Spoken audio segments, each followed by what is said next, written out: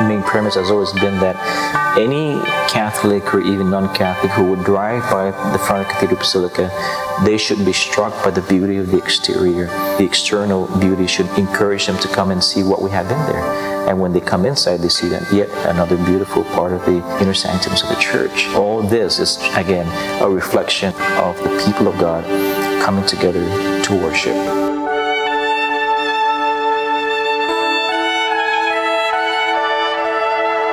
Monsignor James Beneventi is the current rector of the Dulce Nombre de Maria Cathedral Basilica. He was appointed to his post in 1994, immediately following his ordination, making him the 10th and the youngest Chamorro priest to hold this prestigious office. Immediately after taking his new post, the freshly ordained Father James rolled up his sleeves and set out on a colossal project, a major renovation of the Cathedral Basilica. As the principal church on Guam, El Dulcísimo Nombre de Maria started out as little more than a wooden chapel built by Blessed Diego de San Vitores in 1669. Over the centuries, it has been destroyed by typhoons and earthquakes. A stone cathedral was built by Father Luis de Leon at the turn of the 20th century, but this too was totally destroyed, unable to survive the bombings of World War II. Everything was destroyed during the war.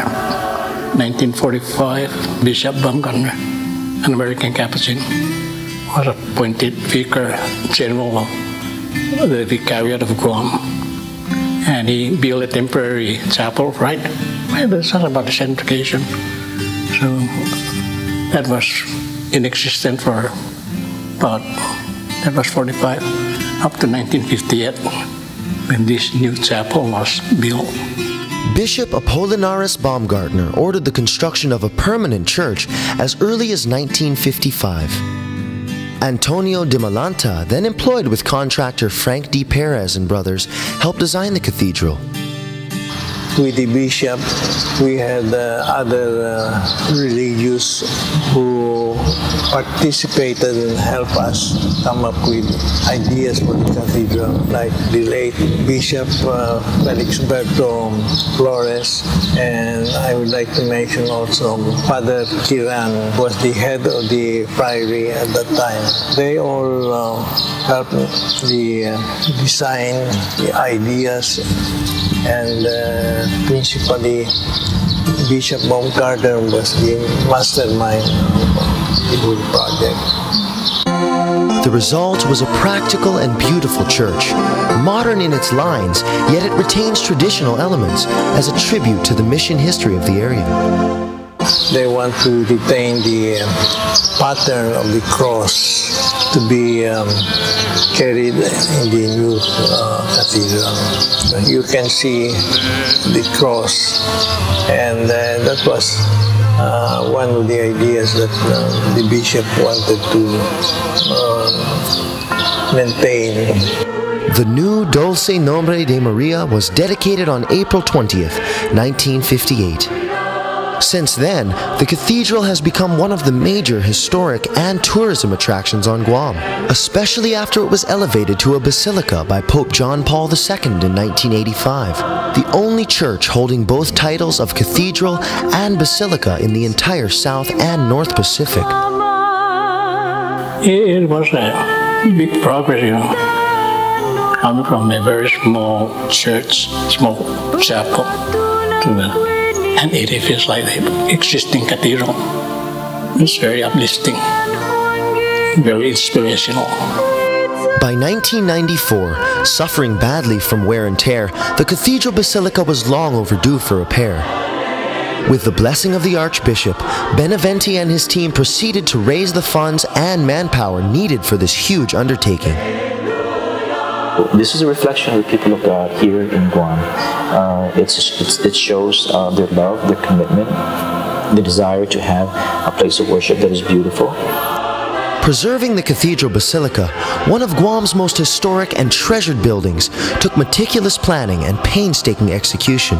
Although we want to make things new, we want to preserve a lot of these things so that that we can look back and come to appreciate what a lot of the faithful who had come before us, or our parents, or grandparents, great-grandparents, had taken part in and had preserved and was a part of their worship environment.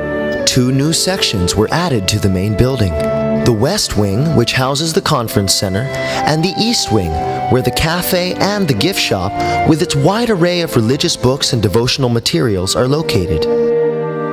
Outside the Cathedral Basilica is a portico, which is a reflection of St. Peter's Basilica in Rome.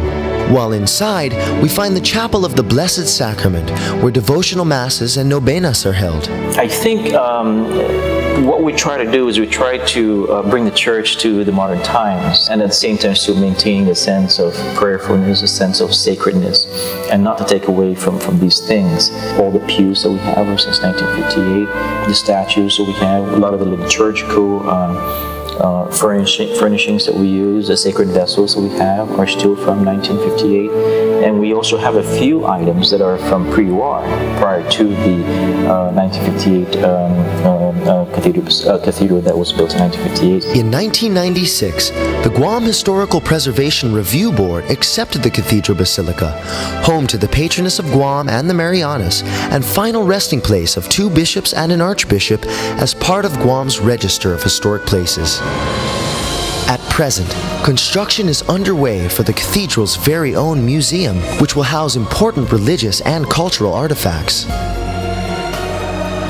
The Cathedral Basilica was rededicated on April 20th, 1998, coinciding with its 40th anniversary. The same Gumatzu'us Hagatnya whose Golden Jubilee we commemorate this year. A beautiful dwelling place for God, shaped by loving hearts and hands. What we see in the exterior is just a reflection of what's within us. And so what you see here is a reflection of the people of Agana, the people of the Archdiocese of Agana, because it is through their efforts that this basilica, Cathedral Basilica, is able to be as beautiful as it is.